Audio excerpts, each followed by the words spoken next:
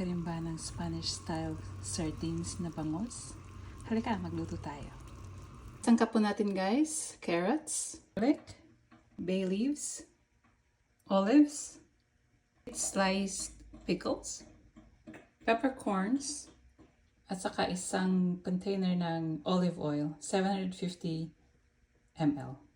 Ang ating dalawang bangus na sinok ko na po to sa asin ng 30 minutes. Ililayer lang po natin yung ating mga carrots sa bottom ng ating pressure cooker. Tama na yung mga bawang and bay leaves.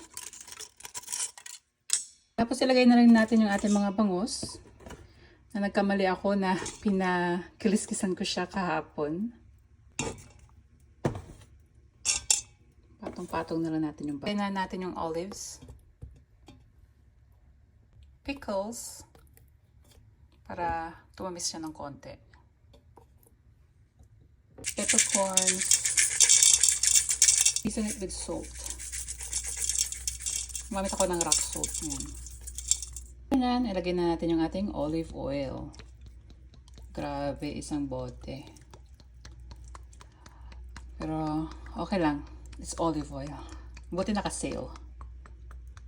At saka lagyan din po natin ng tubig na tama lang na ma-cover yung ating bangus.